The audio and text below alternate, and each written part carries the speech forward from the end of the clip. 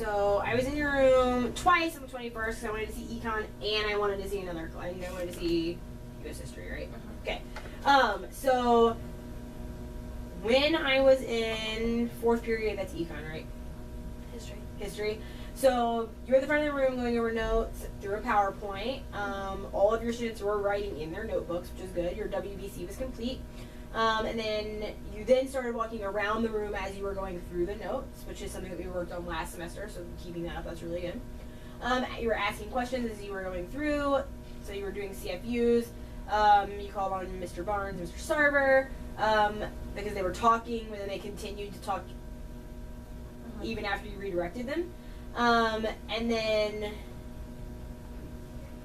So I talked with them at the end of class. Okay. And said... you guys continue talking throughout the class. I didn't want to continue to interrupt class because you two were goofing off, but because of this, Devin, you're moving over to this table now, so I moved to C permanently. All right.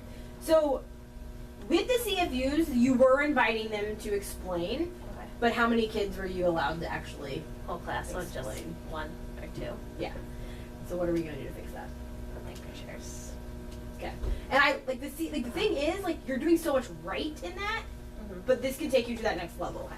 So, it's good that you are teaching them something and then you're having them think about it and you're giving them a CFU. That's best practice.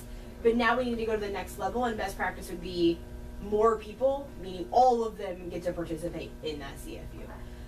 And then you could still do a couple people sharing out, but, first have them think about the question, have them, jot it down. Maybe there's a spot, in your notes that you can start showing them, hey, this is how I want you to start doing this.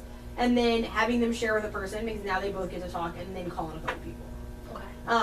I think you'll see more, you're going to see more participation, and you're going to be able to walk around here who does not get it.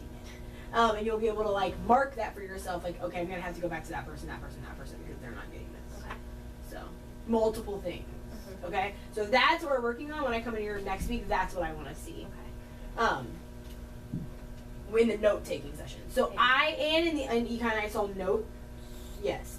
So next week I'm going to try to get in a note day so I can see that, and during IP. Okay. So that, what does that look like during IP? Well, it's going to be really weird next week since it's GRASP reviewing. So there'll be a lot of IP. Okay. So what do you want them, what does this look like in IP? Inviting them to explain their thinking. Yes, it's part of the task. Yeah. Are they working independently? Yes. Okay. So then what I will look for is I'm going to be able to come in and I'm going to be able to ask a student something and they're going to be able to explain to me their thinking behind what they're doing. That's how I'm going to see that. Because hopefully those are the questions they're going to be answering, at least for econ. Okay. Okay. And then what does U.S. history look like? U.S. history is going to be a writing assignment, so I'm putting together the whole thing right now. Okay. Because I was planning on it being something shorter and smaller, but because of the number of the SPED kids that I have to have testing on Friday, I have to push my unit test back to Friday. Otherwise, it is too huge of a chaotic, crazy mess that I cannot handle in that classroom already. Okay. So I'm making it a whole longer. I'm going to do a 5-paragraph essay in 3 days with